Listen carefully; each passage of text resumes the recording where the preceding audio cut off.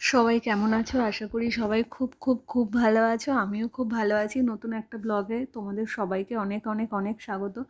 দেখো আজকে আমি শাড়ি পরে রেডি হয়ে নিয়েছি, কারণ এখন আমি যাচ্ছি আজকে রামনবমী, তো মন্দিরে আমি আর আমার একটা বান্ধবী দুজন মিলে রেডি হয়ে নিয়েছি। এটা হচ্ছে আমাদের বাড়ির বাইরে রাস্তাটা। দেখো শুধু শাড়ি পরলে তো হবে না, বাইরে প্রচণ্ড ঠান্ডা, তো শাড়ির ওপরে জ্যাকেট আর মাথায় টুপি পরে রেডি হয়ে নিয়েছি।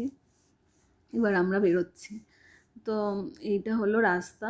আমাদের বাড়ি থেকে যেতে সময় লাগবে আমাদের 20 থেকে 25 মিনিট। তো আমরা রাস্তা দিয়ে হাঁটা শুরু করেছি, আর যেহেতু সন্ধ্যের পর বেরিয়েছি তো এখন মানে ঘড়িতে প্রায় 8টা সাড়ে 8টা বাজে। তো চারিদিকটা অন্ধকার আর রাস্তায় গাড়িও যাচ্ছে। তো চলো যাওয়া যাক।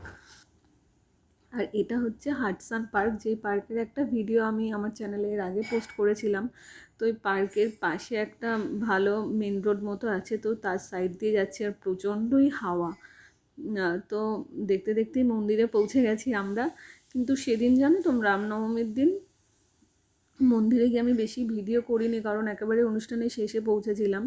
তো এখন স্ক্রিনে যে ভিডিওটা দেখা যাচ্ছে এটা হচ্ছে হনুমান জয়ন্তীর দিন। তো এই দিনও আমি আর আমার কর্তামশাই যথারীতি মন্দিরে চলে এসেছি। আর দেখতে পারো ভেতরে সবাই বসে হনুমানজির কথা শুনছে, আর হনুমানজির যে মাহাত্ম্য আছে সেটা ব্রাহ্মণরা পড়ে শোনাচ্ছে, আমাদের বলছে, হনুমান চল্লিশা পাঠ করছে, আরও বিভিন্ন রকমের ঠাকুরের গান, সমস্ত কিছুই হচ্ছে। তো আমরা খুবই উপভোগ করছি বসে আমাদের সাথে।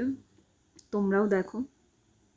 তো এখানে প্রচুর ইন্ডিয়ান এসেছিলো, আর মেয়েরা যথারীতি সালোয়ার কুর্তি, আর ছেলেরা অনেকে টি শার্ট ছিল নর্মাল, আবার অনেকে ধুতি পাঞ্জাবিও পরেছে। তো সেটা দেখে আমার খুবই ভালো লাগছে। আর ভেতরের পরিবেশটা না একদম অসাধারণ। তো বিদেশে এসে এরকম যে একটা পরিবেশ আমরা পাবো সেটা তো এর আগে ভাবিনি। তো এখন আমাদের বাড়ির পাশেই যেহেতু এই মন্দিরটা, তো বিভিন্ন পুজো পার্বণ আমরাও খুব ভালো উপভোগ করি এই মন্দিরে এসে।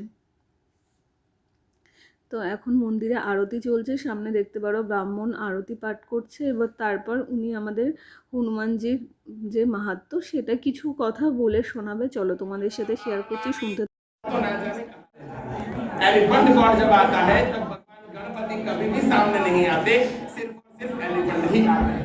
तो आप सभी लोगों से विनम्र निवेदन है, हनुमान क्या है वो बच्चों को बताने की जिम्मेदारी मेरी और आपकी है ना। हनुमान चालीसा का पाठ करने से हम सब कुछ जान जाएंगे, ऐसा होता तो हम जान ही गए होते ना, पर उतना इनफ नहीं है।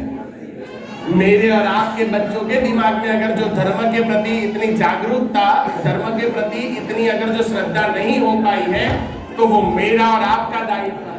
यहाँ के स्कूलिंग सिस्टम में हमें थोड़ी पता है, बच्चा पैदा हुआ तो अब हमने देखा कि भैया अच्छा इसको प्री के बोलते हैं, यहाँ पर इसको यहाँ पर ये ग्रेडिंग सिस्टम बोलते हैं, इसको यहाँ पर ऐसा बोलते हैं, हम सीखे ना। तो धर्म भी हम सीखेंगे तो बच्चे अपने आप सीख जाएंगे।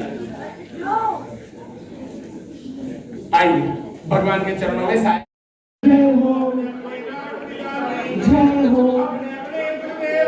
जय हो, जय हो,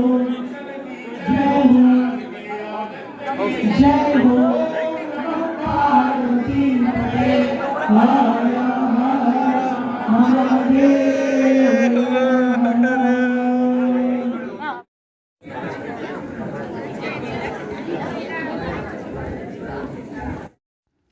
এবার পুজো শেষ। দেখো পুজো শেষের পরে সবাই ঠাকুরের সামনে গিয়ে যথারীতি দাঁড়িয়ে পড়েছে, ঠাকুরকে প্রণাম করছে, আর ওখান থেকে প্রসাদও দেওয়া হচ্ছিল।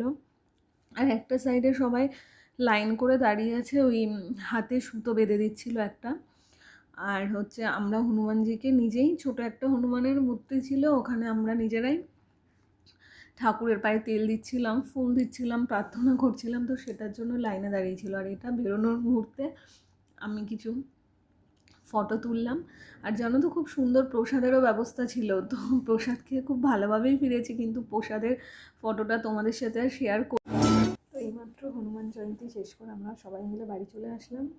বাড়ি আসার পর এখন কিচেনে একটুখানি কাজ আছে। ঠিক আছে, সবাই খুব ভালো থেকো, সাবধানে থেকো।